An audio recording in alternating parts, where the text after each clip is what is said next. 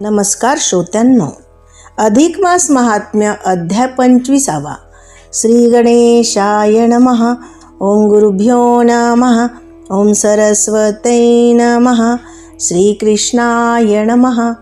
कृष्णाय वासुदेवाय हरये परमात्मने प्रणतक्लेशनाशाय गोविंदाय नमो नमः. अध्याय 25. पंचगौरी व्रत कथा. भगवान विष्णू म्हणाले, लक्ष्मी, आता या अध्यायात अधिक महिन्यातील एका आगळ्या वेगळ्या व्रताची कथा मी तुला सांगत आहे. या व्रताचे नाव पंचगौरी व्रत. हे व्रत स्वतः पार्वतीने केले होते. ती कथा अशी आहे की एके दिवशी वशिष्ठ मुनींची पत्नी अरुंधती कैलाशावर शंकराच्या पत्नी पार्वतीला सहज भेटायला गेली होती. अधिक महिन्यातील पर्व काळाचा तो दिवस होता. पार्वतीची ती निष्ठा पाहून अरुंधती म्हणाली, उमे, तू साक्षात आदिभवानी जगतजननी असून ही आणखी कोणाची पूजा करतेस? पार्वती म्हणाली, ही पूजा आहे गौरी पंचकाची. माझ्या आईने आंदण म्हणून दिलेली या गौरी पंचकाची पूजा मी कुमारी होते तेव्हापासून करत आहे. म्हणजे त्याचं असं झाले की मी विवाहाला योग्य उपवर वधू झाली होती. अशावेळी एका दिवशी माझ्या माहेर घरी दुर्वास ऋषी आले होते. मी त्यांना नमस्कार केला तेव्हा ते म्हणाले, इच्छित वर प्राप्तिरस्तु. माझ्या आईने त्यांना विचारले, कोणते व्रत पूजा करावी म्हणजे त्या योगे हिला योग्य व उत्तम वर मिळेल. त्यावर दुर्वास ऋषींनी सांगितले, हिने पंचगौरी व्रत करावे. गौरी पंचकाची पूजा करावी. विशेषतः अधिक मासात पंचपर्वापैकी द्वादशीला हिने पंचगौरी व्रत करावे म्हणजे ते उत्तम फलदायी होईल. व्रताच्या दिवशी भल्या पहाटे तीर्थस्नान करून पिंपळाच्या झाडाखाली गौरी पंचकाची स्थापना करावी. त्यानंतर षोडशोपचारे पूजा करून ब्राह्मण साधू संतांना व सुवासिनींना भोजन द्यावे. यथाशक्ती दानवस्तू द्यावा. नक्त मौन भोजन करावे व व्रताचे उद्यापन करावे. पुढे लवकरच अधिक महिना आला. दुर्वास ऋषींनी सांगितल्याप्रमाणे मी ते व्रत केले आणि निष्ठापूर्वक पंचगौरी व्रत केले. आणि काय सांगू अरुंधती, उद्यापन आटोपून मी डोळे मिटून प्रार्थना करीत होते. तोच भगवान महादेव साक्षात येऊन माझ्या पुढे उभे राहिले. भगवान महादेव म्हणाले, पार्वती, मी तुला प्रसन्न झालो. तुझी काय इच्छा आहे ते सांग, मी ती पूर्ण करीन. मग मी म्हणाली, महाराज, तुम्हीच माझे पती व्हावेत. ठीक आहे, तथास्तु. असे म्हणून त्यांनी मला मागणी घातली. माझ्या मातापित्यांनीही आनंदाने माझा विवाह महादेवाशी करून दिला आणि विवाहात आईने मला ही पंचगौरी पंचकाची मूर्ती आंदण दिली. अरुंधती, या पंचगौरी व्रताचे फल मला असे माझ्या इच्छेप्रमाणे प्राप्त झाले. दुर्वास ऋषींनी सांगितलेले हे व्रत अधिक महिन्यात द्वादशीच्या पर्व काळात हे व्रत नियमाने करीत असते. आता विवाहानंतरही या व्रताच्या पुण्यामुळे माझ्या पतीचे माझ्यावर खूपच प्रेम आहे. सासर हे माझे माहेर बनले आहे. अधिक महिन्यातील हे पंचगौरी व्रत असे प्रभावी आहे. मग अरुंधती म्हणाली, खरंच सखी पार्वती, हा तुझा पती भोलेशंकर म्हणजे स्मशानी क्रीडा चिताभस्म धारण करणारा, हाती नरकपाळ व्याघ्रचर्मधारी असा विचित्र स्वतः असून भक्ताचे मात्र सतत शिवकल्याण करणारा आहे.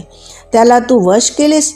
तू सतत त्याच्या निकट असतेस म्हणजे त्याला तू इतकी प्रिय झालीस आणि तुलाही हे सासर म्हणजे माहेरच झाले आहे. याचे कारण म्हणजे तू केलेले हे गौरी पंचकाचे व्रत मला आज कळाले. खरंच हे पंचगौरीचे व्रत प्रत्येक स्त्रीने करावे असे मी म्हणते. भगवान विष्णू म्हणाले, लक्ष्मी, अरुंधती आणि पार्वती यांचा हा सुखसंवाद झाल्यावर अरुंधती निघून गेली. आता पुढे 26व्या अध्यायात मी तुला आणखी अशीच महात्म्याची कथा सांगेन, ती तू नीट ऐक. 25वा अध्याय समाप्त. श्रीकृष्णार्पणमस्तु.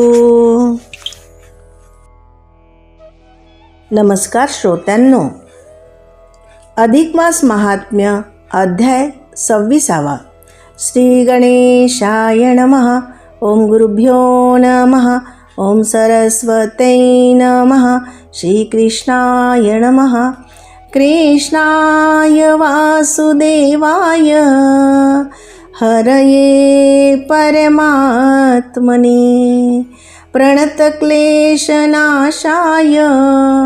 गोविंदाय नमो नमः. गुणवतीचे आगळे तेज. भगवान नारायण म्हणाले, लक्ष्मी, आता या अध्यायात अधिक मासातील व्रताच्या पुण्याईमुळे माणसाला कसे तेज प्राप्त होते याबद्दलची एक कथा सांगतो. पूर्वी काळी वीरबाहू नावाचा एक महान प्रतापी असा एक राजा होता. त्याची राणी यशोमती अतिशय सुंदर आणि राजाची खूपच आवडती होती. वीरबाहूच्या राज्यात सदैव सुख शांती नांदत होती. राजाचा मन नावाचा प्रधान मोठा चतुर, गुणी आणि राज्यकारभारात सदैव तत्पर असा होता. सारा कारभार मंडन प्रधानावर सोपवून वीरबाहू राजा अगदी निष्काळजीपणाने राहत होता. तो आपल्या सुंदर राणीच्या सहवासात नेहमी विलासात दंग असायचा. पुढे एकदा अधिक महिना आला. त्यावेळी मंडन प्रधानाची पत्नी गुणवती सहजच राणी यशोमतीच्या भेटीला आली होती. त्या दोघांच्या गप्पा गोष्टी झाल्यानंतर गुणवती यशोमतीला म्हणाली, राणी सरकार, आता अधिक महिना आला आहे. या महिन्यात स्नान, दान, व्रत, नियम वगैरे पुण्यकर्मे केली पाहिजेत. आपण दोघीही ती व्रते करू म्हणजे आपल्या परिवाराचे सार्थक होईल. त्यावर राणी यशोमती गर्वात म्हणाली, अगं गुणवती, कशाचा तो अधिक महिना आणि कसली व्रते, दाने, नियम? काय करायची ती पुण्यकर्मे? म्हणे जीवन सार्थक होईल. बाई ग, हे आम्हाला एवढं राजवैभव मिळालेलं आहे, भरपूर संपत्ती आहे, 2 राजपुत्र आहेत. राजाचं माझ्यावर हे एवढं जीवापाड प्रेम आहे. कशाचं काय कमी आहे आम्हाला? मग तू सांगतेस त्या अधिक महिन्यातील व्रते, नियम, स्नान, दाने करून जीवनाचे आणखी कोणतं सार्थक करायचं आहे मला? सखी, ती व्रते, दाने, पुण्यकर्मे कोणी करावीत? जे लोक दरिद्री आहेत, ज्यांना संपत्ती, सुख नाही, ज्या पतीपत्नींचं एकमेकांवर प्रेम नाही, जे लोक नेहमी दुष्टी, कष्टी, असमाधानी असतात, त्यांनी आपल्या जीवनाचं सार्थक होण्यासाठी ती व्रते करावीत. तुला वाटलं तर तू ती व्रते, दाने, पुण्यकर्मे कर, पण मी कशाला उगीच ती व्रते, दाने, स्नाने, नियम करून माझ्या कोमल शरीराला कष्ट देऊ? यशोमती राणीने ती अधिक मासातील व्रते, दाने, त्यांची केलेली अवहेलना व दरिद्रताने ती व्रते करावीत असा मारलेला टोमणा व टिंगल ऐकून गुणवती अस्वस्थ झाली. ती तेथून काहीच न बोलता निघून गेली. गुणवतीने मात्र अधिक मासातील ती व्रते, दाने, नियम यथाशक्ती निष्ठापूर्वक पाळली. त्यामुळे तिला समाधानाचे एक आगळेच तेज तिला प्राप्त झाले. तिचा चेहरा सदोदित, तेजदार, टवटवीत झाला. तिच्या डोळ्यात काजळ घातल्याप्रमाणे सदैव दिसू लागले. तिच्या कपाळावर हळदी कुंकू आणि मागांता गुलाल भरलेला सतत दिसू लागला. ती रात्रंदिवस आनंदी, तेजस्वी, समाधानी अशी दिसू लागली. यशोमती राणीने मात्र अधिक मासातील एकही व्रत, दान, नियम केले नाही. ती सदैव विलासात लोळत राहिली. अधिक मास व्रते, दाने करणाऱ्या स्त्रियांची ती कुचेष्टा करू लागली. म्हणू लागली, बायांनो, लवकर मोक्षपदाला जा बरं. परलोकात त्या पुरुषोत्तमाने दिलेलं सुख मला येऊन सांगा हो. अधिक मास व्रतांच्या केलेल्या त्या कुचेष्टांचा परिणामी म्हणा किंवा त्यापेक्षाही त्या 13व्या विनासूर्य संक्रांतीच्या महिन्यातील बनलेल्या विशिष्ट वातावरणात आरोग्याचे नियम न पाळता केलेल्या अतिविलासी कर्माच्या आरोग्यदृष्ट्या झालेल्या परिणामामुळे म्हणा, यशोमती राणीची प्रकृती एका दिवशी अचानक बिघडली. तिला सपाटून ताप भरला. यशोमती राणी तापाने एकदम बेशुद्ध पडली. ती वार्ता कळताच वाड्यात खूपच धावपळ झाली. औषधोपचाराचे काय कमी होते, परंतु काही केल्या राणीला आराम वाटेना. अखेर 3 दिवसांनी राणी शुद्धीवर आली. ती उठून बोलू लागली. अशावेळी प्रधान पत्नी गुणवती राजवाड्यात यशोमतीला राणीला भेटायला आली होती. पण गुणवतीला पाहताच यशोमती राणी एकदम खवळून उठली व संतापून म्हणाली, माझी ही दुखण्याची अवस्था पाहून सगळ्या मंडळींना काळजी लागली होती, पण तू मात्र दुष्टच आहेस. खुशाल डोळ्यात काजळ घालून, भांगी गुलाल भरून आणि तोंडात पानाचा विडा रंगवून ऐटीत मला भेटायला आलीस. तुझ्या तोंडावर चिंतेची किंचित छटा नाही. साज शृंगार नट्टापट्टा करून तू मला भेटायला आलीस. निर्लज्ज स्त्रिये, मी राणी आहे, राणी. तू आमच्या सेवकाची सेविका आहेस. तुला काहीच दुःख वाटत नाही. जा, येथून निघ. मला यापुढं तुझं हे तोंड पाहावत नाही. चालती हो, तू येथे पाऊल टाकू नकोस. यशोमती राणीचे ते बोलणे ऐकून गुणवती फारच थक्क झाली. ती बिचारी निमूटपणे निघून गेली आणि घरी जाऊन रडत बसली. मंडन प्रधानाने गुणवतीची खूप समजूत घातली. राणीने दुखण्याच्या भरात आजारपणात चिडून तुला हाकलून दिले असेल. तिचे बोलणे मनावर घेऊ नकोस. हे पतीचे बोलणे ऐकून गुणवती म्हणाली, अहो, पण मी काय मुद्दाम नट्टा थट्टा करून गेली होती. माझे हे विड्याचे रंगलेले तोंड, भांगी शेंदूर आणि हा माझा टवटवीत चेहरा, काजळ कुंकू हे आगळे तेच मला ह्या अधिक मास व्रताच्या पुण्याईमुळे लाभले आहे. हे त्या राणीने ओळखले नाही. माझा अपमान करून तिने मला हाकलून दिले. याला काय म्हणावे. गुणवतीचे ते बोलणे चालू असतानाच तेथे राजाचे शिपाई आले. त्यांनी प्रधान आणि गुणवती यांना तुरुंगात पाठविण्याची राज आज्ञाच दाखविली. त्या राज आज्ञेपुढे कोणाचे काय चालणार हो. मंडन प्रधान आणि गुणवती गुपचूप निमूटपणे ती राज आज्ञा पाळून तुरुंगवास पत्करला. तुरुंगात असताना सुद्धा गुणवतीने आपले अधिक मास व्रत नियम चालूच ठेवले. उद्यापनही केले. त्यामुळे तिला आणखी तेच प्राप्त झाले. पुरुषोत्तमाच्या कृपेने तिकडे राजा वीरबाहू याला मात्र निरनिराळे दृष्टांत होत होते. वीरबाहू राजा अस्वस्थ झाला. त्याच्या मनात नेहमी येई की राणी यशोमतीच्या सांगण्यावरून आपण मंडन प्रधानाला आणि गुणवतीला कैदेत टाकले. हा आपण अन्यायच केला आहे. या विचाराने तो बैचेन होता.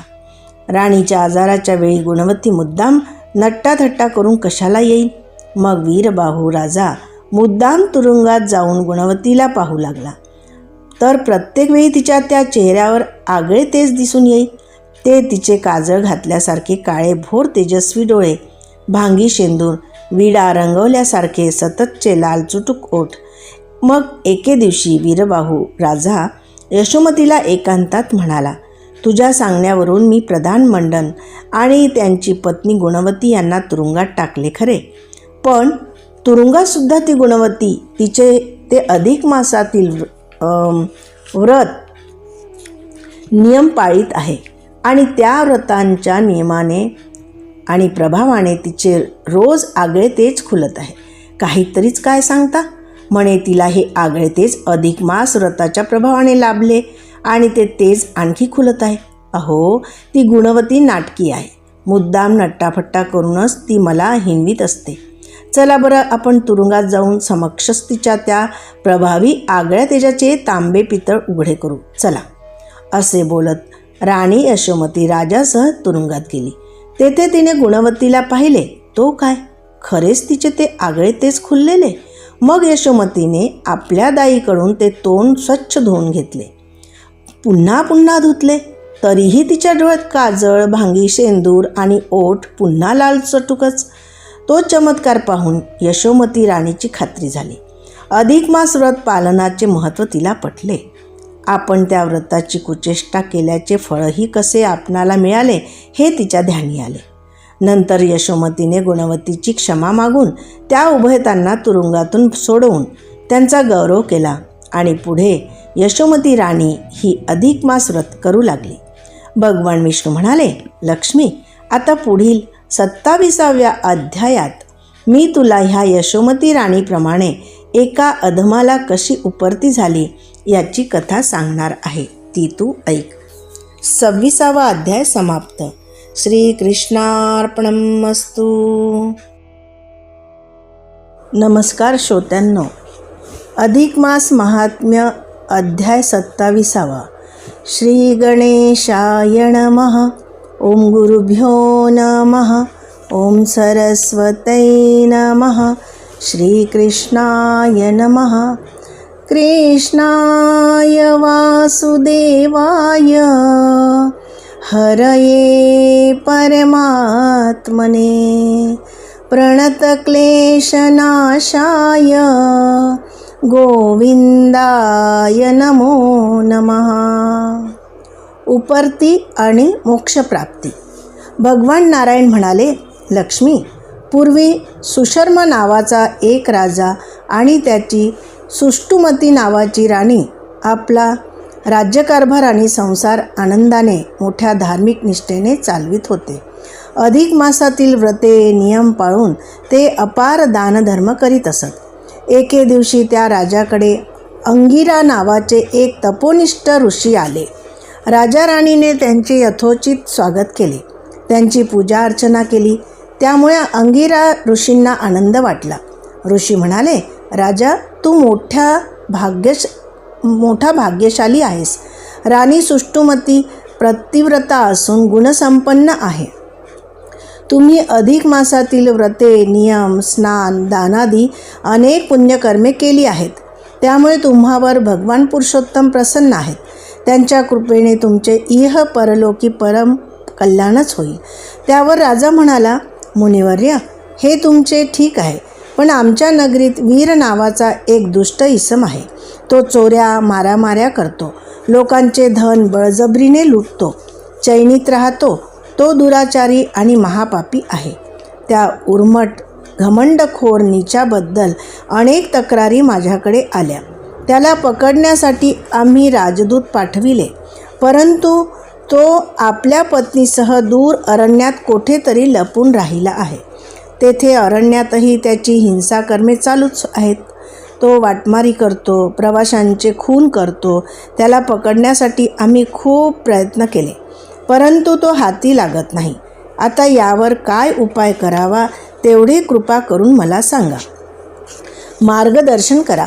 अंकिरा ऋषी म्हणाले, राजा, त्या दुराचारी वीराला पकडून तुरुंगात जन्मभर खितपत पडू देण्यापेक्षा त्याला आपल्या केलेल्या पापकर्माचा पश्चाताप होईल आणि मग उपरती होऊन त्याच्या हातून काही पुण्यकर्मे घडतील. नंतर तो मोक्षपदाला जाईल, अशी काहीतरी व्यवस्था कर. अनायसे आता लवकरच अधिक मासही येत आहे.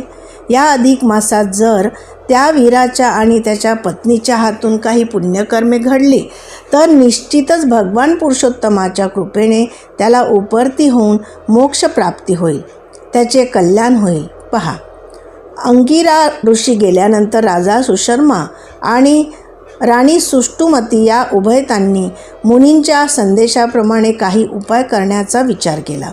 नंतर स्वतः राजा राणी एके दिवशी आपल्या निवडक लोकांसह त्या घोर अरण्यात गेले. त्या अरण्यात एका तळ्याच्या काठावर एक छोटेसे सुंदर विष्णू मंदिर होते. त्या रम्य ठिकाणी राजा राणीने आपला तळ ठोकला. 2-4 दिवसानंतर चमत्कार असा झाला की त्या अधिक मासातील स्नानव्रतासाठी राजा राणी अगदी भल्या पहाटे अंधारातच त्या तलावात स्नानासाठी गेले होते. स्नान आटोपून ती राणी सुष्टुमती एका वृक्षाआड कपडे बदलीत होती. तोच एक स्त्री तेथे आली.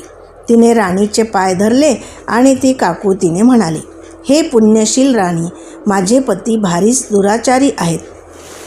अनेक पापे त्यांच्या हातून घडली आहेत. राजाकडून शिक्षा होईल म्हणून मी ही पती बरोबर येथे लपून दिवस कंठीत आहे.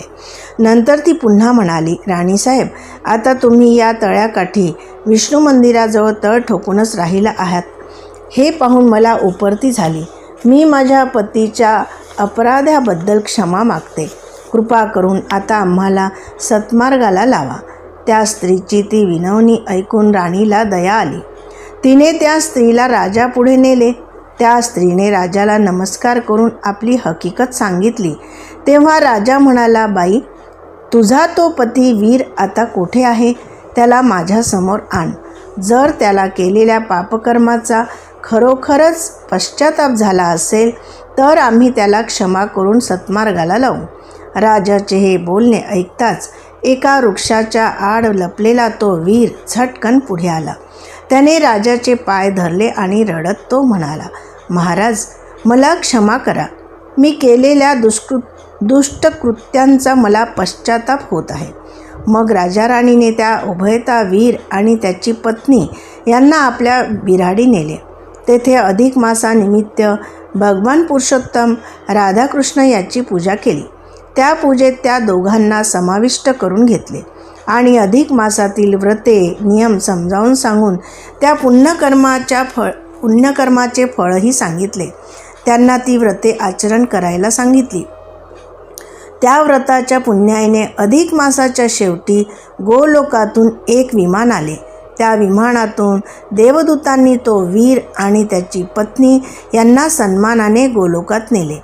भगवान नारायण म्हणाले, लक्ष्मी, अधिक मास व्रताच्या पुण्याईमुळे त्या पापी वीराला उपरती होऊन मोक्षप्राप्ती झाली. पुढील 28व्या अध्यायात एका थोर पतिव्रतेची कहाणी मी तुला सांगणार आहे. 27वा अध्याय समाप्त. श्रीकृष्णार्पणमस्तु.